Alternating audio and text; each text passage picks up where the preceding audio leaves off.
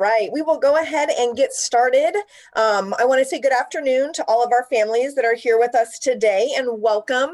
Last numbers we looked at, we had over 40 participants joining us today. So that is really, really exciting. We're very happy to be able to provide this opportunity for you today and be able to come together. If you are joining us, please be reminded that no one can see or hear you during our session. However, you are able to type in questions to our chat box on the right side of your screen at any time. And then we'll be able to take a look at those questions. We'll answer as many as we can here today and follow up on the ones we can't. For those of you who might not know me, I'm Dana Barker, principal at Titan Hill. I'm here today with our amazing counselors, Denise Johnson, our second and third counselor, and Lauren Letizia, our fourth and fifth counselor, and our awesome associate principal, Mrs. Evangelisti. In addition, Josh Allen is here helping us with technology. So huge shout out to Josh for helping us get this off the ground and rolling.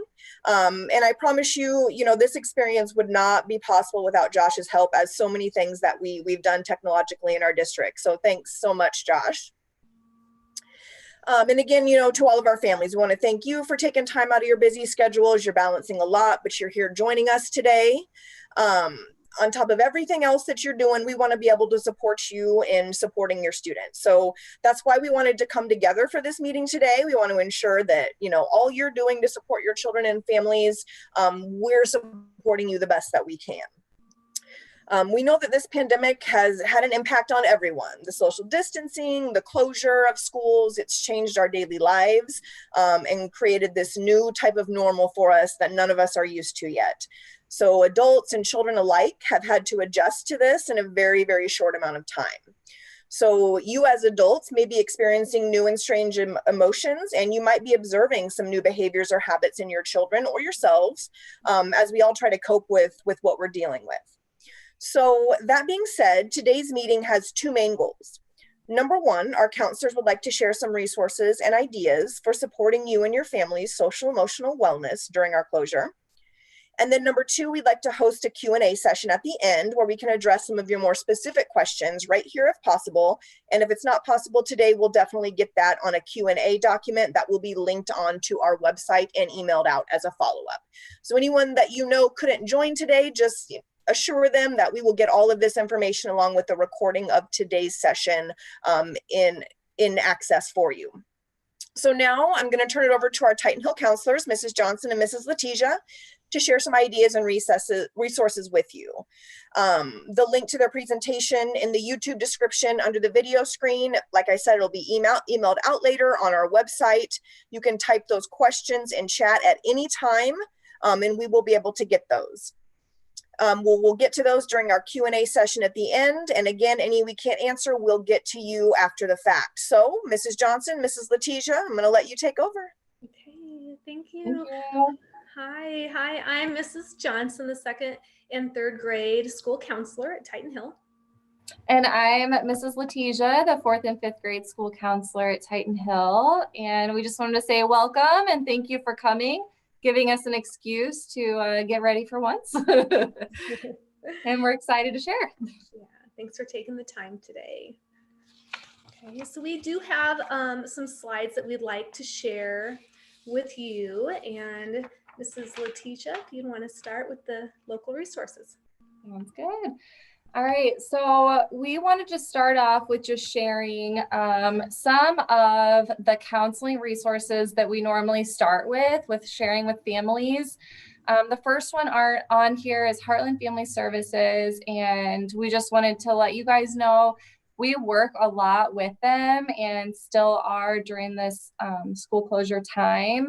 And we kind of put them at the top just because typically they will come and work within our school building, and they will continue to do that once we are back in school, but they are one we just like to point out since we do have a really close relationship with them.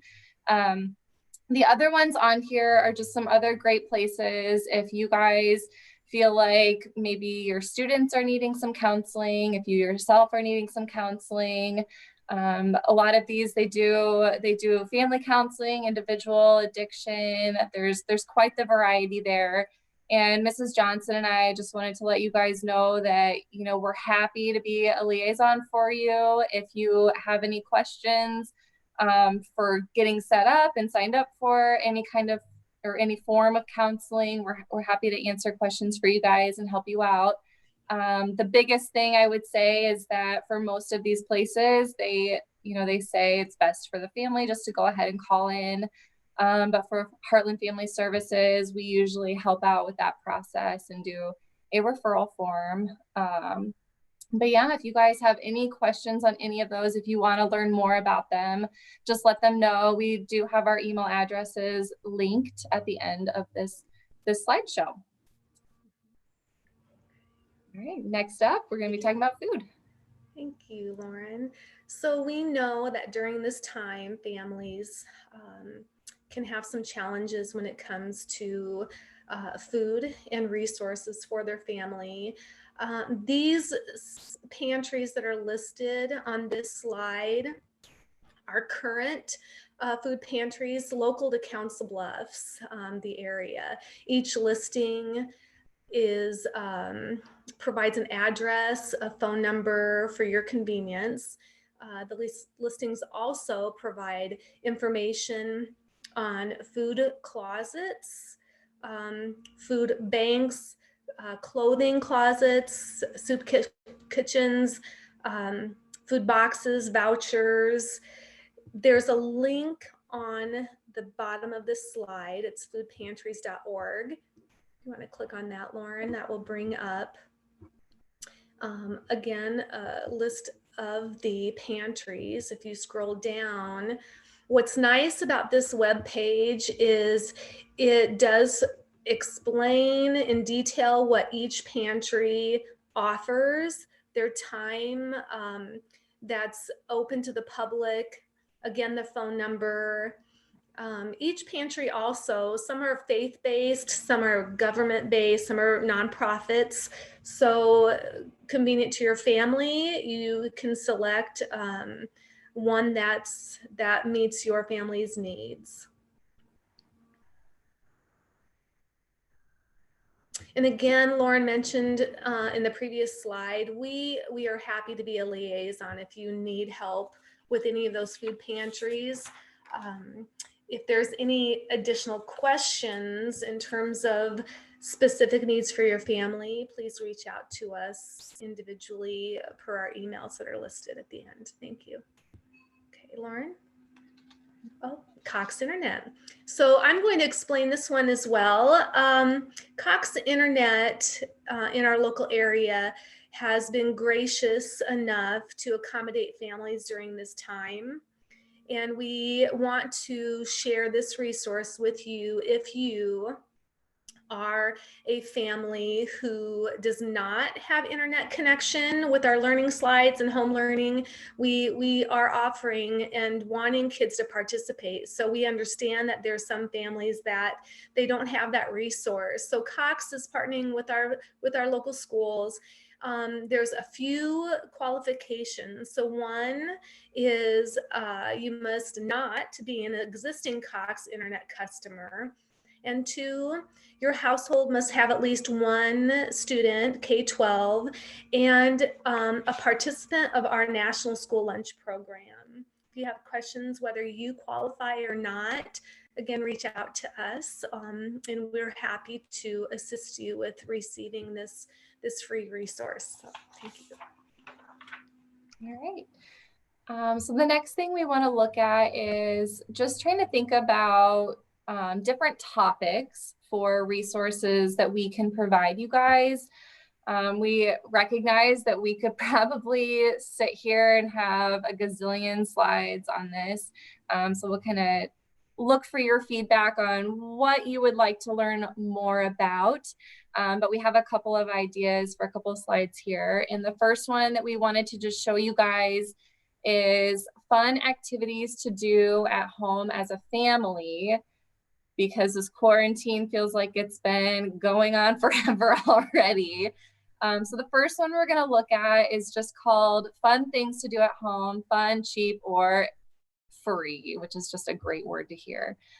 So I'm going to open this, and if you're anything like me, you like to kind of scroll and get to the good stuff, but there is one paragraph that I want to just read to you guys. And it's this one right here where it says, family time is so important.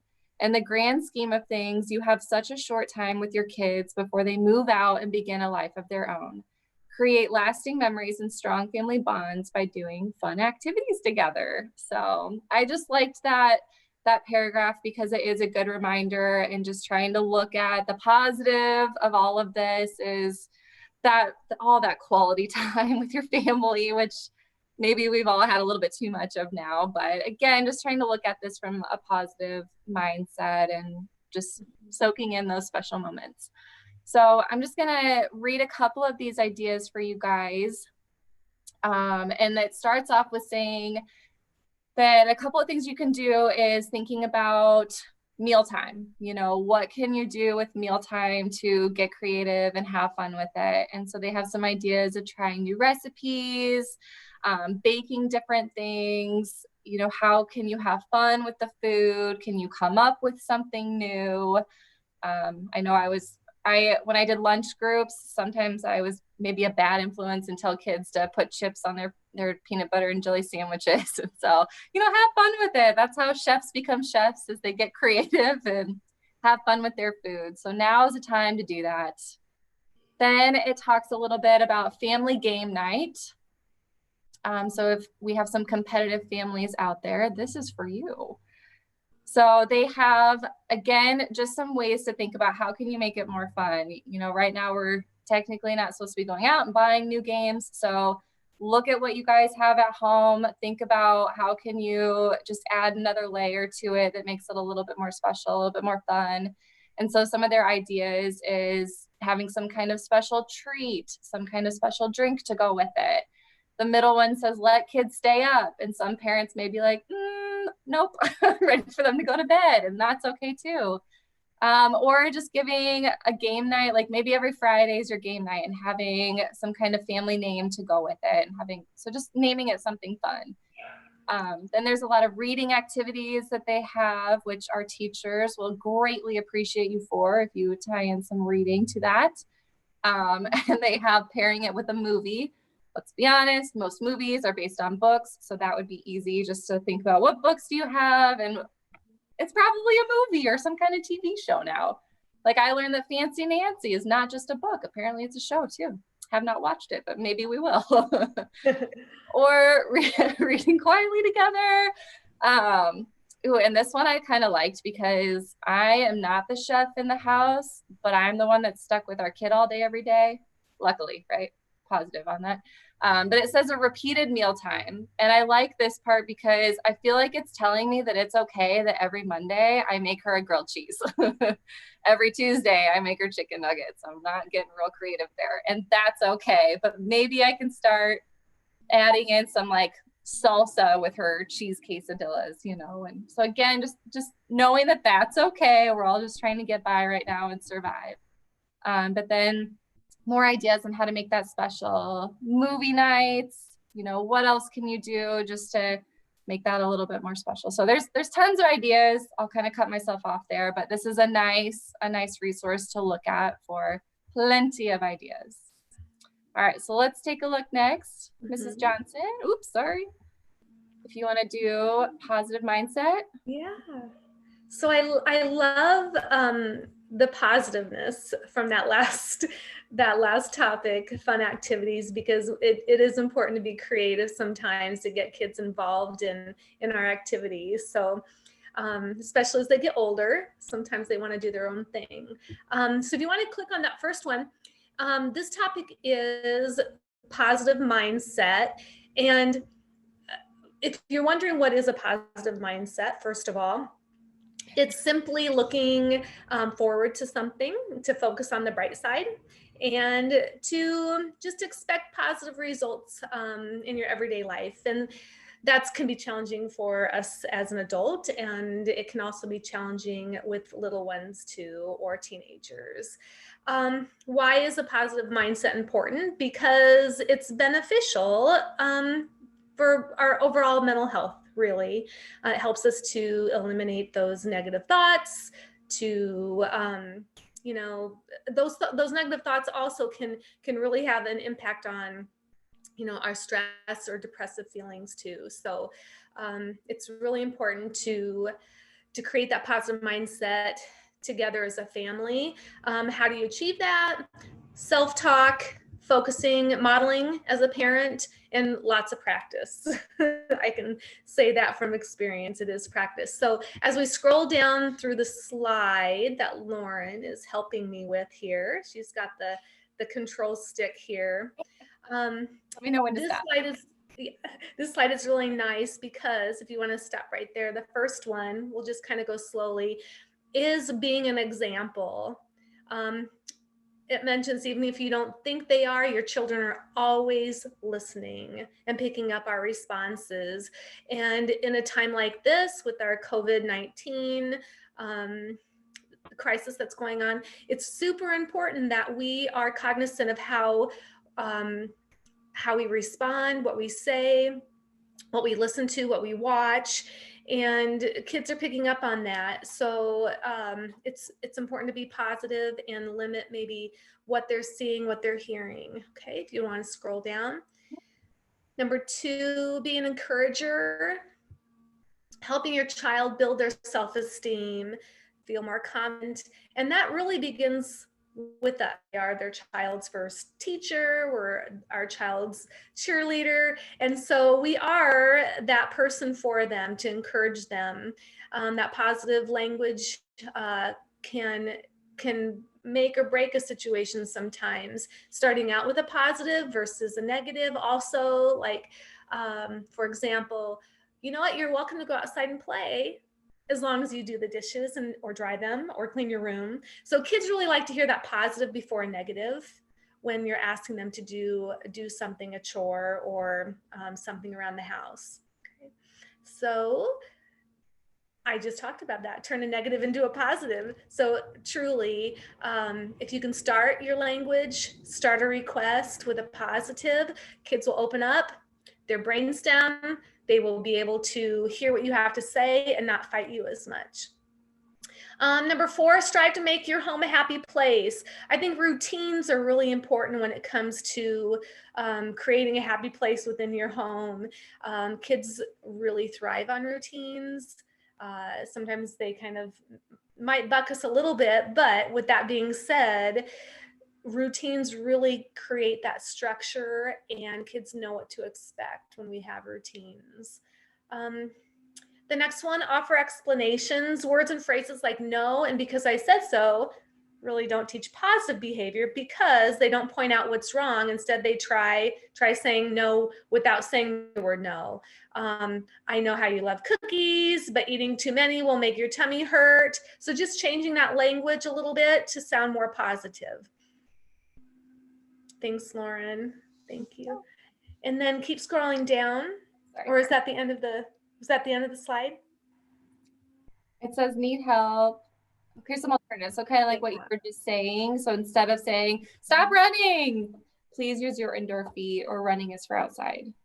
And sometimes even with myself, like printing that out and putting it on the refrigerator as just a visual reminder can be helpful too. So these articles that you can click on and provides links, check those out and see if those can help you in some way when you are helping your child create that positive mindset. Coping skills on this next slide. We did link about 3 for you, and the first one essentially talks about 15 different strategies. And when we talk about coping skills are ways to handle various situations that arise. Kids have lots of different feelings, as do we. And the one takeaway from this slide, and I want to make sure we're time sensitive here and allow you guys to ask questions. But the takeaway from this slide essentially is be a model for your children. When we talk about even mindset, this applies to coping skills too. You are your child's teacher. You are your child's person that they look to for guidance.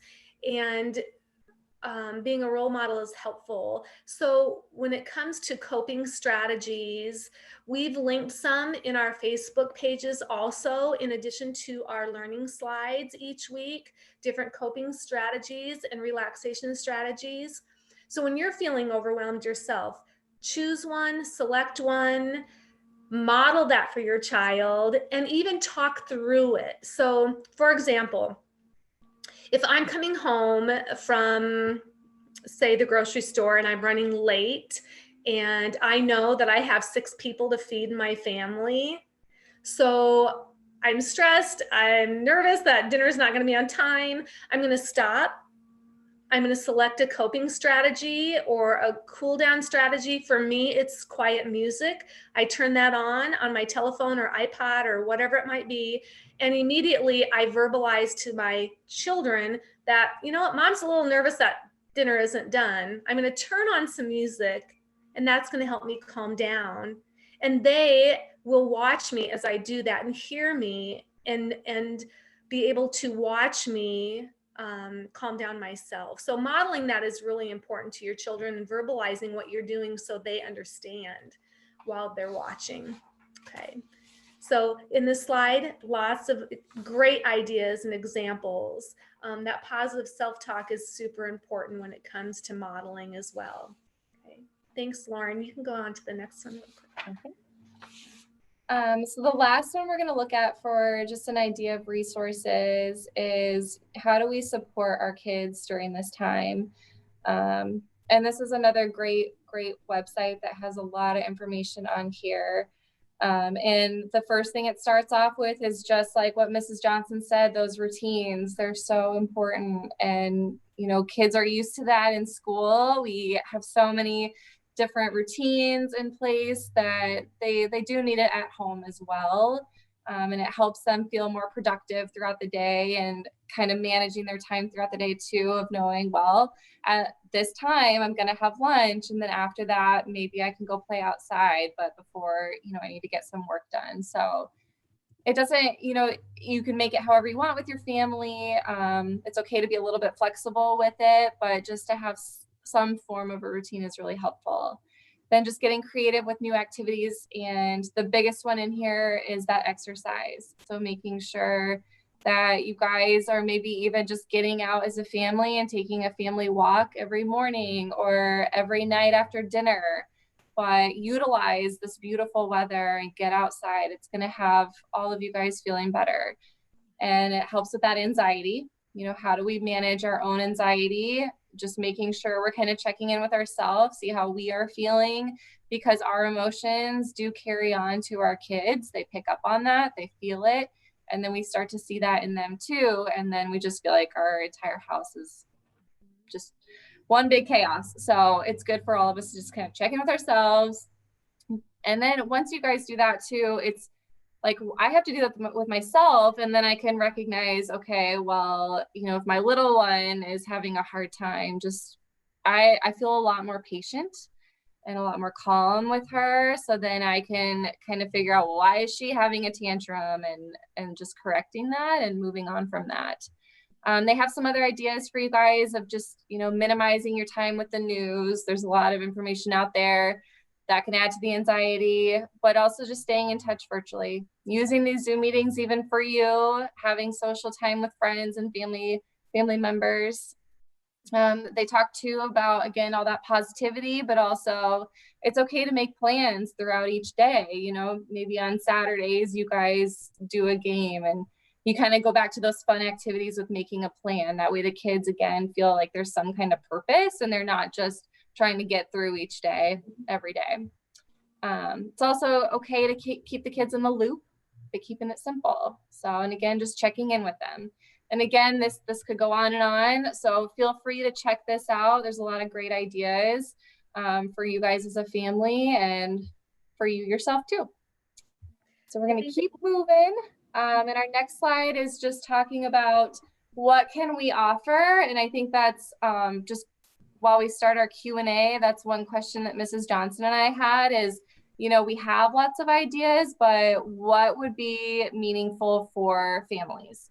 You know, what do you guys want to hear more of? What do you want help with? How can we support, and in what form? We have a Facebook page, but is there another way that we can share resources and ideas with you just to help out during this time? We also just want to say thank you. Thank you for being here. Thank you for being so wonderful to always work with. We really appreciate you guys. And there's a link for Facebook. Yeah, absolutely. We just want to remind everyone that there's links below in the YouTube description, on our Titan Hill webpage, and on our Lewis Central Elementary School Counselors Facebook page too. And one thought too, Lauren, just before we hand it back to Dana and Allison, or answer any additional questions, you know, I think sometimes even as teachers, even as a counselor, you know, it's okay to ask for help. Sometimes with our own families, different situations that cause emotion, it's right there in front of us. And sometimes it's hard to see beyond that. And it's okay to ask for help in those situations too, because we don't always know the answer, and that's okay. And sometimes, like Lauren said, reaching out to our friends and family or coworkers, they're great resources, especially when there's situations that we are encountering ourselves. So, yeah. Thank you so much, ladies, sharing all of those resources and wonderful ideas. I was making my own notes to try some of these things at home with my own kids. We did have just a couple of questions here in chat. One of those questions, we've been on a school work routine. It's getting harder to keep student on task, especially when it's not graded. I can address that one a little bit and then turn it over to counselors as well if they have anything to add. Please know that we're, grading assignments right now at the elementary level is a really tricky area. Not all of our students have the same opportunities at home. Some students have parents at home with them that are able to give them attention. Some have parents working from home that have other things on their plate they're trying to balance. Some have parents who are still going to work. So we really, we want to make sure that if we are grading assignments, we're able to do it fairly for all of our students. So I do understand that does play into motivation. Just know that, our students are really in a tough spot right now. We're asking them to do some learning in an environment that they have never typically associated with learning. So our students are in their home environment, which is typically associated with, when I get home from school, I can kind of let loose now and relax and not have to think about that for a minute. And now all of that is mashed up in one. So please know, we want our students to love learning. And if that means taking a day off, if that means we only get one thing done today, or maybe we take the next 2 days off just to relax, just know that that's okay. We want to give our students their space while still trying to keep them engaged. But what I do know is if we're constantly pushing and forcing, and our students are really struggling with balancing this idea of learning at home, we're going to see that motivation decrease even more. And we want them to come back to school missing learning and ready to learn. So give yourself that grace and give the students that grace. Keep trucking along and trying, but it's okay to give them some space with that. Denise and Lauren, do you have anything to add?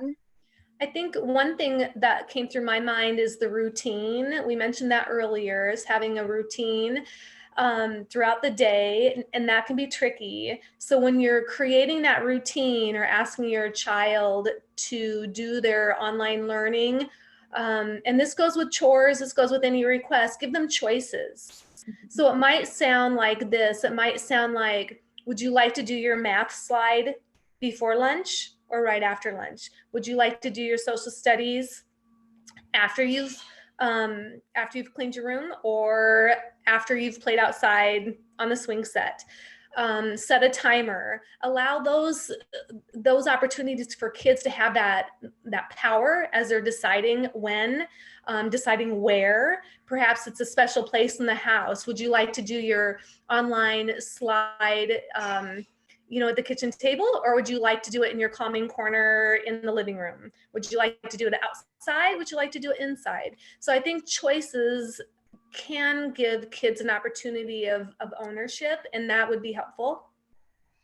And I think I would also just thinking for like the 4th and 5th grade kiddos is maybe having the conversation too with them of, well, if we're picking and choosing what work we're doing, do you focus on those skills that maybe you struggle with or have a hard time with and just only focusing on that to try to get better with it? Or, do they need something where they can feel confident and just feel better and doing those things that they are really good at already?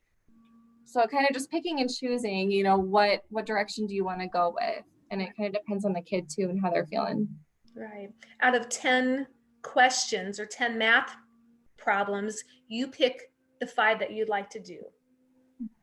And again, it goes back to some choices. So then that way they're not feeling like they're having to maybe do all of it. You pick the 2 or 3 slides you'd like to do today, and then the other slides you do tomorrow. Yep. Great ideas, ladies. Thank you. Another question that came through is, what do you suggest for families who have both parents still working at their jobs and are not home with their children? So kind of, there's no enforceable structure. There's no one home with the students necessarily during the day to make sure they get it done, is how I'm interpreting that question.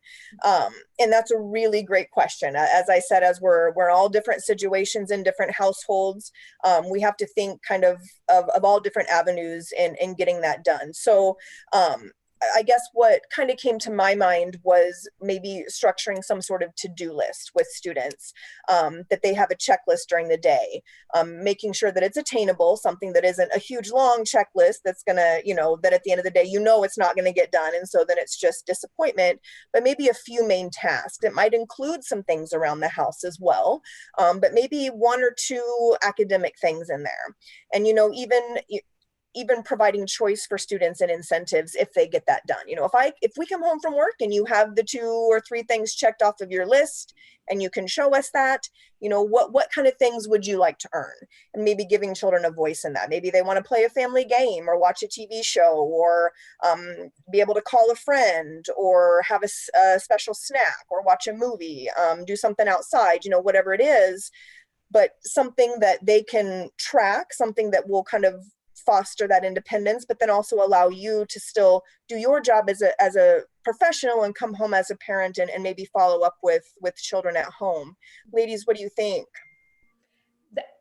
Yeah, our SMART goals came to my mind, and you just hit every single one of them, Mrs. Barker. I think having specific requests, short and simple, measurable, something that is attainable, achievable, and realistic. So when you get home, that checklist, like Mrs. Barker said, isn't too long, but it's something that they can achieve. And really that goes along with their age specific. So the younger the child is, make sure those requests are smaller or shorter. And as they are, get older, then those lists can grow. But you just hit all of those that I was thinking of for their SMART goals, each one. So I think that would have been my suggestion as well. And kids like rewards. They like to know that they're doing a good job, praising and letting them know that in this time of uncertainty and that they're appreciated. So that's one thing that I try to do too with my kids. I appreciate that you did the dishes yesterday. I appreciate that your room is clean. And also when they are at home, something that just popped into my head too, instead of saying, I want you to clean your room, I want you to do math, I want you to do your science slides, make that, chunk it out a little bit. So like going back to the room situation, I might say to my children, I want in the next 45 minutes, I want the floor in your bedroom picked up, and just focus on the floor. Maybe it's, I have a laundry basket of clothes. I want those clothes put away. Instead of saying, do your whole room, that's overwhelming to kids. And so immediately they could shut down and not want to do it at all and give you a problem or a temper tantrum. So chunk it out and make it manageable for them. Can I throw a crazy idea out there too? This might not be favorable, but just listening to you guys, all such good advice.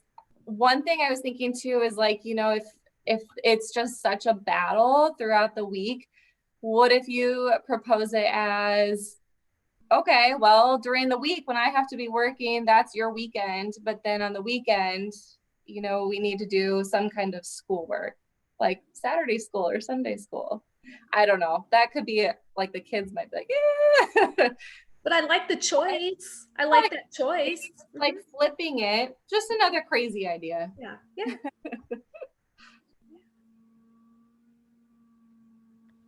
Thank you for all of those additional ideas, ladies. I really appreciate it. Our next question, my children are in 5th grade and I feel they'll be behind next year. Do you have a guide or list of what they should know or have done by the end of May? So I think that's probably on the minds of everyone. I have a daughter transitioning to 5th and a son, transitioning to 6th and a son who will be transitioning to 1st. And that's been on my mind as well.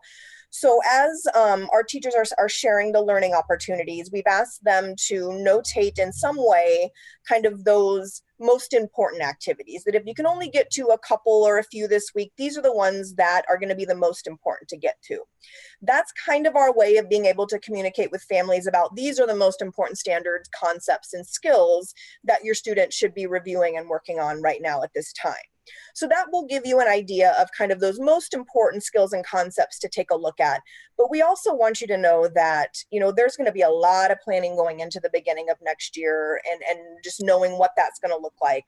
We'll have lots of vertical conversations among grade levels to determine kind of where students were at when we left, what are those most important things that we're going to need to review and beef up and teach to start the year. Sorry, my computer muted me. We're going to have those conversations about, you know, what are the most important things we need to beef up and teach at the beginning of the year? Where did we end at? And also those social emotional pieces. How do we provide closure with last year's teacher and last year's grown-ups and adults and people we've had relationships with? So we're going to have a lot of those conversations, and we're going to do our best to make sure that as we transition back into the fall, we're preparing students for the time they missed, and then we're communicating the best we can with families. And not all grade levels are notating it in the same way, but they're all communicating what those most important activities are. If you have any questions about those, or you're not seeing kind of where those are noted, just email a teacher, email myself, Mrs. Evangelisti. We are happy to nail that down for you and help you with that. Josh, are we coming to a close on questions right now? Perfect. So I just kind of want to say, if any questions kind of come in as I'm closing, I'll zip back over to them to make sure we hit those. So, you know, don't worry about that. If you're still putting one in, you've got time. I'll hit it. Otherwise, please know that any questions we didn't get to today, we will absolutely answer if they come through, and we'll include them. I just want to say, you know, wow, our counselors are pretty fantastic. They devote so much of their time to supporting our students and families, and I just appreciate all of their hard work in bringing some of these resources and ideas together today. So thank you so much, ladies. You're welcome. Thank you. Parents, I just want to say just one final thing of, you know, give yourself grace. I'm in this with you. I know a lot of our staff are in this with you. You know, I'm balancing working from home, helping my kids learn, giving them enough attention. I'm fortunate I do get to be at home with my kids, but it's a hard balance no matter what situation we're in. It's been wearing on me too. You know, we want parents to know that no one is immune from this. It's impacting all of us, and I, you know, some days aren't my best days as a mom, and that's okay. Adults are adjusting too, and we can have permission to take care of ourselves and to make mistakes. So sometimes you need that alone time, you know, sometimes you need to just kind of step away, and I encourage you to really practice self-care and think about those signs that you see. For example, you know, when I'm just a little bit ago today, my daughter walked up out of the blue and said, "Mom, you look like you need a hug."